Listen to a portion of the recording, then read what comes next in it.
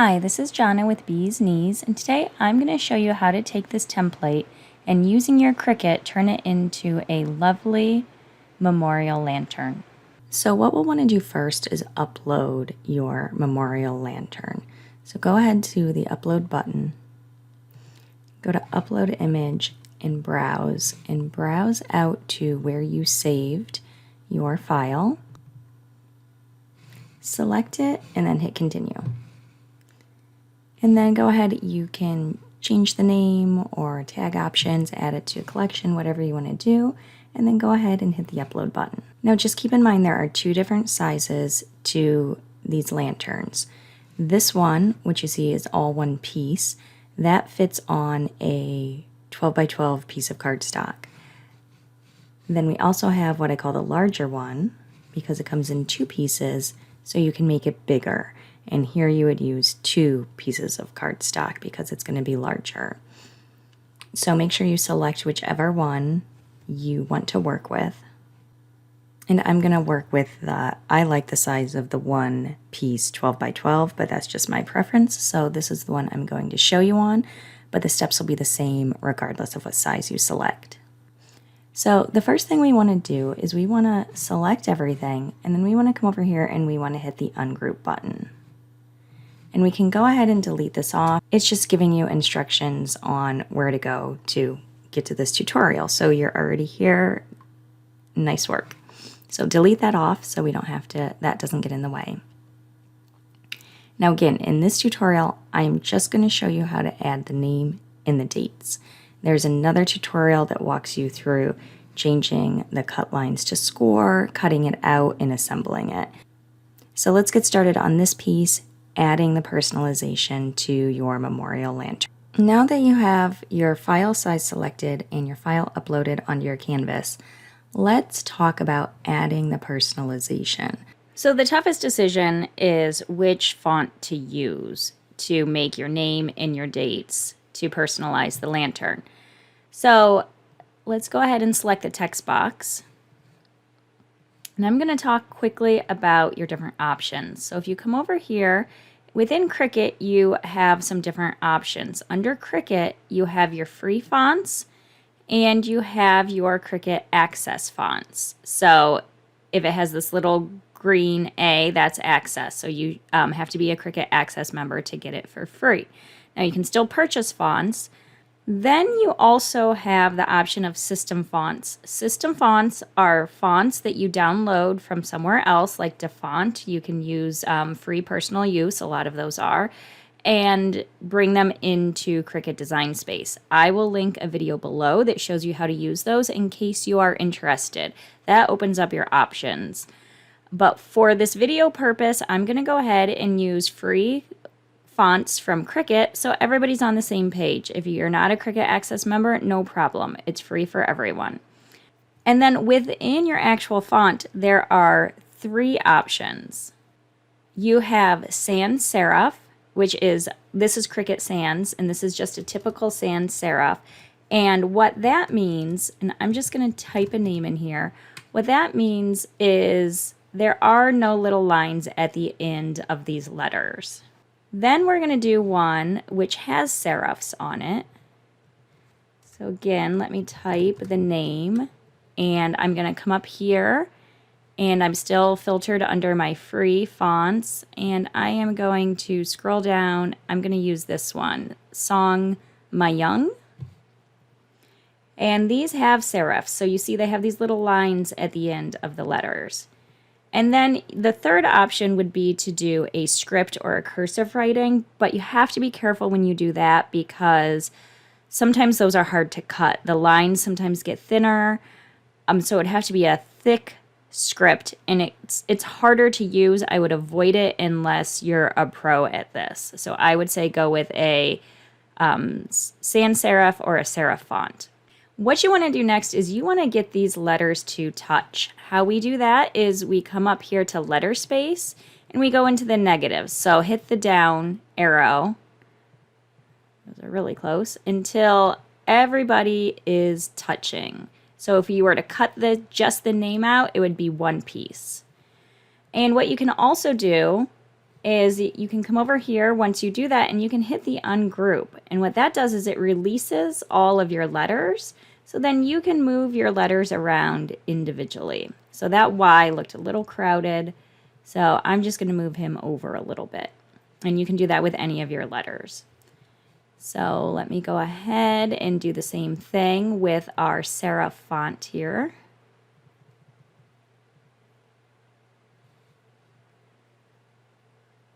Okay, and again, I'm just going to ungroup this, and I'm going to move my Y actually over a little bit so he is connected to my R.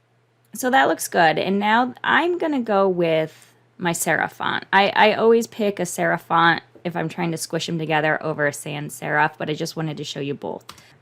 So what we want to do now is we want to permanently get these letters together, because if you look at them right now, you see these little black lines. Anywhere you see a little black line, that's where it's going to cut. So it's going to cut these all apart separately. So we don't want that. Let me put that back to the normal size.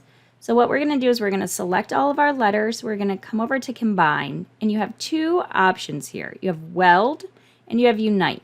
I always go with unite because weld is permanent. Once you hit save, there's no undoing it. Unite, you can always come back and undo it in case you need to adjust anything.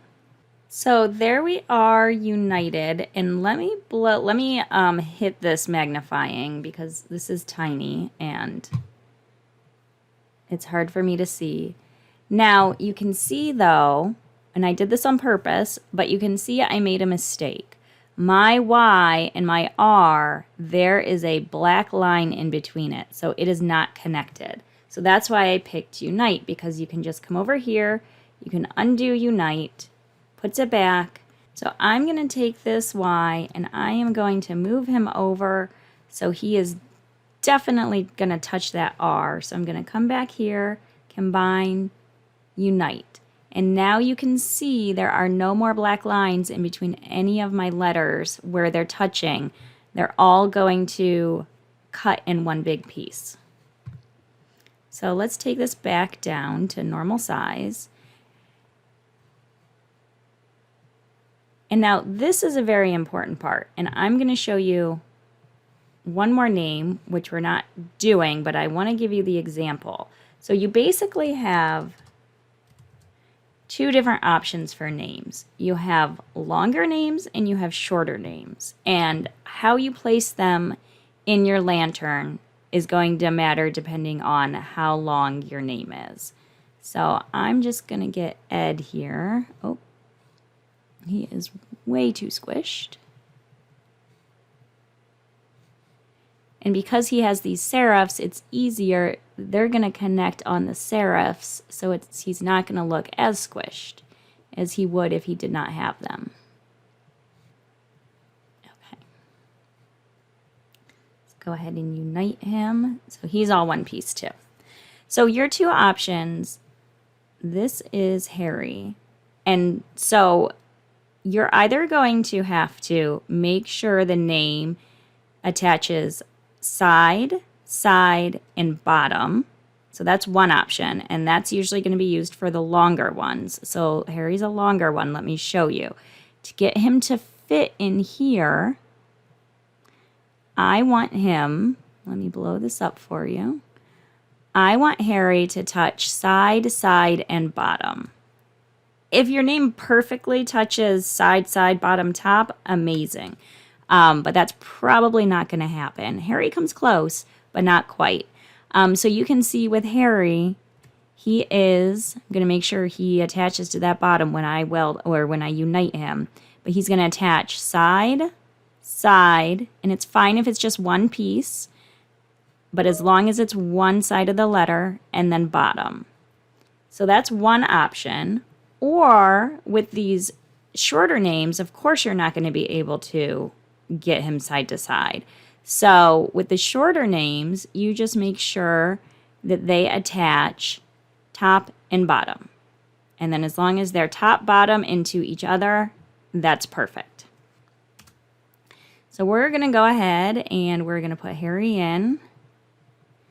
And we are going to, I'm going to do Control Copy, Control V on my computer, or copy and paste, because I want him to be exactly the same. So I'm going to place him in both spots. So next we are going to do the birth and death year. So I'm going to use the same font because I want it to be consistent. And this, let's say he lived to a wonderful age of 100. So we're going to make it a little smaller, but we don't actually have to make the years touch. Why is that? Because I've set it up so there's enough space where you can fit the year and attach it to the top and the bottom here, and then the year and attach it to the top and the bottom there. Because with numbers, it's much more difficult. Like you can see this 2 and this 4, they would have to be so squished to make them attach.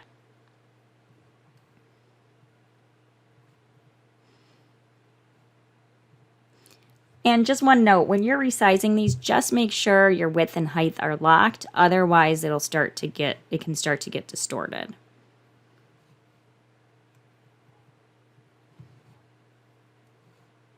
So we just want to make sure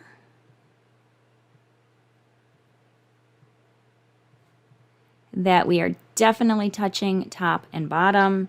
And then I'm going to copy and paste so I'm the same size, and I'm going to update the year, and I'm going to put it in.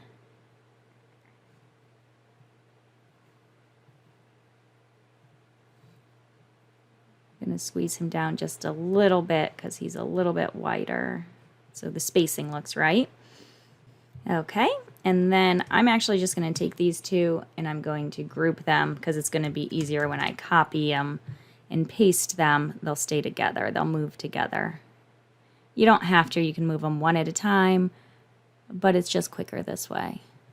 Okay, so just take a quick look and make sure everything is touching, and it's going to be good before we unite. But we want to do one quick thing before we unite. If you notice right here, these lines, you can see them over here, so let me highlight them. Those lines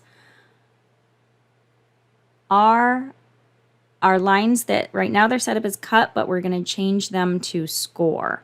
So those will end up being our score lines. So we don't want to get those pulled into our unite because we don't want to have them basically disappear. So what we're going to do is we're going to hit the hide button. So those are hidden. So anything we do to this now is not going to affect those, which is wonderful. Because what we want to do is we want to grab this all, select it all, and you can see over here it's all highlighted. Don't worry, our future score lines are hidden. And we want to come down here and we want to unite. And it'll take a second, but you see everything's turned blue. It's all one piece. So since we're united, what we want to do is we want to look real closely and make sure, okay, I'm attached there, I'm attached at the bottom, I'm attached on the side. Now I have a slight problem here. You look at these black lines. That black line means I am not attached. I was not overlapping on the bottom enough. So I was over here, so I just messed up that one. So, but that's okay because that's a great learning experience, because if that happens to you, then simply what you do is you come back to combine and you undo the unite.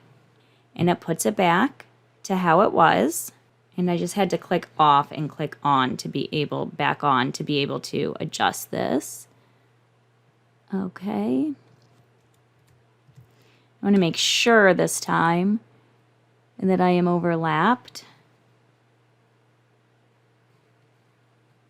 Let me zoom out a little bit here. Okay, my future score lines are still hidden. I'm going to try this again. I'm going to select everything. I'm going to go to combine, and I'm going to go to unite. Again, give it a second. And then let's zoom in. And now you see those black lines are gone. So everything is going to be locked in when I cut this out. So you have just personalized your lantern. Now go on to the second video, which I will link above, up here on the screen, and I'll also put it down in the description. And that shows you how to change these cut lines to score. Oh, that reminds me. We need to go and let's just unhide these. So they will be ready to go. They will be there. There they are. They'll be there. The next video shows you how to change those to score and how to cut out and how to assemble your lantern. If you have any questions at all, please drop me a message and I'm happy to answer. I'll see you in the next video.